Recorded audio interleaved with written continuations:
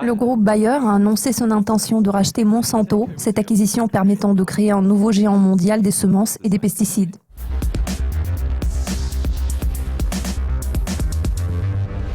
Le numéro 1 mondial des semences Monsanto a déclaré avoir reçu une offre d'achat non sollicitée de la part du géant chimique et pharmaceutique Bayer. Cette opération aboutirait à la création du plus grand fournisseur mondial de semences et de pesticides. Même si les détails de l'offre restent vagues, selon l'estimation la plus optimiste, cette fusion pèserait plus de 42 milliards de dollars, ce qui correspond à la capitalisation boursière actuelle de Monsanto.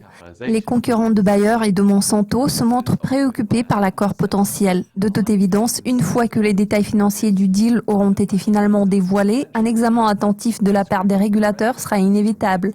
En outre, rien n'est encore gagné, étant donné qu'il n'y a aucune garantie d'obtention d'une approbation réglementaire de la part des organismes compétents, ce qui reste un défi majeur pour Monsanto et Bayer. Monsanto a déclaré dans un communiqué que le groupe était en train d'examiner la proposition, ajoutant cependant qu'il n'y avait aucune garantie que la transaction serait complétée, ainsi qu'aucune information sur les conditions.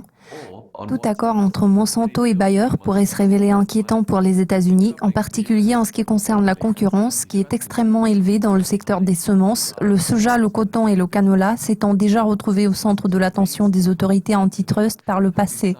Malgré ces inquiétudes pesantes, Bayer a déclaré: un accord entre nos deux sociétés permettrait de créer un leader dans le domaine de l'agriculture intégrée. Malgré tous les obstacles à la conclusion de l'accord potentiel, tels que l'approbation réglementaire, les inquiétudes des concurrents, ainsi que les difficultés rencontrées dans le processus de négociation, Monsanto et Bayer sont géographiquement complémentaires. L'Amérique du Nord représente le plus grand marché de Monsanto, tandis que Bayer peut se vanter d'une plus grande présence en Europe et en Asie. Cela conclut la revue de presse dédiée aux fusions et acquisitions. Il ne nous reste plus qu'à attendre la suite des événements.